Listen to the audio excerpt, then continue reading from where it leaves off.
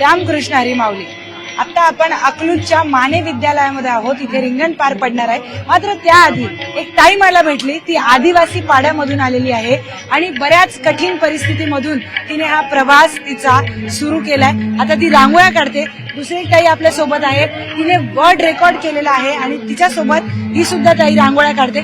सुरुवातीला तिची कहाणी आपण यांच्याकडून ऐकून घेऊया. ताई, या तुम्हाला कशा भेटल्या आणि यांची काय कहाणी आहे? खरं तर मी शिवनेरीला माझा एक विश्वविक्रम होता.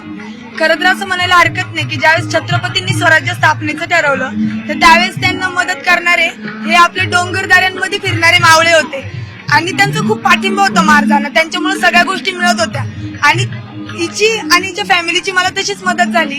कारण मी रांगोळी जरी काढत असली तरी मला प्रोव्हाइड करणारे मागचे जे हात असतात ते यांचे असतात. हे मला वेळेवर सगळ्या गोष्टी अवेलेबल करून देत होते आणि त्या दिवशी तो विश्वविक्रम आम्ही 1 तास 40 मिनिटात पूर्ण केला, जो मला 3 तासात पूर्ण करायचा होता.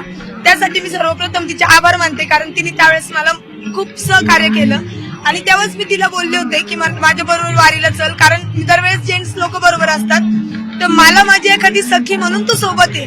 तर ती म्हणली ताई चालेल मी येते आणि मग तिला मी माझ्या बरोबर वारीला घेऊन आले. तर येताना मी तिला म्हटलं होतं की तुझे मिस्टर आणि तू, कारण तिच्या काय त्यास मंगळसूत्र होतं, म्हणलं तुम्ही दोघं या. मग तिने मला सांगितलं की माझे मिस्टर नाहीये आणि मग नंतर तिची स्टोरी कळाली की मिस्टरांनी म्हणजे सुसाईड अटेम्प्ट केलं होतं आणि त्यावेळेस तिचं बाळ 1 महिन्याचं होतं आणि आता तिचा मुलगा 4 वर्षाचा आहे. ती रोज अशीच कुठं ना कुठं कामाला जाते. मग तिला एक स्पेसिफिक अमाऊंट मी दिवसाची ठरवली आणि तिला म्हणलं त्याप्रमाणे तू माझ्या बरोबर चल.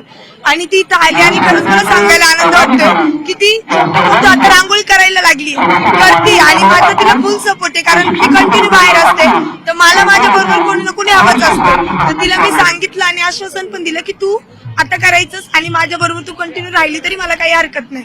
तुझं लग्न कितव्या वर्षी झालेलं? माझं 2020 साली.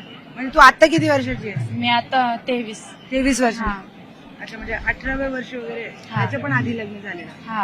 आणि मग काय झालेलं नवऱ्याला? ते आजारी असल्यामुळे मग ते एक्सपायर झाले. अच्छा. हा. आणि मग घरी कोण कोण असतं?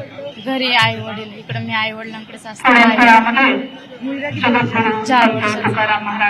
कसं आता उदरनिर्वाह करते मुलाचा? नाही नाही, असंच रोजंदारीला जाते मग पैसे करते आणि मग आपण बघतोय, आदिवासी पाड्यातली एक मुलगी जिने हिंमत दाखवली, स्वतःच्या पायावर उभी आहे, रोजंदारी करून का होईना आपल्या मुलाचं संगोपन ती करते आणि पुढे सुद्धा त्या मुलाचं चांगलं संगोपन हवं यासाठी आम्ही तुला चंदू काका सराफ यांच्याकडून एक चांदीचं नाणं देऊ इच्छितोय तुझ्या मुलासाठी.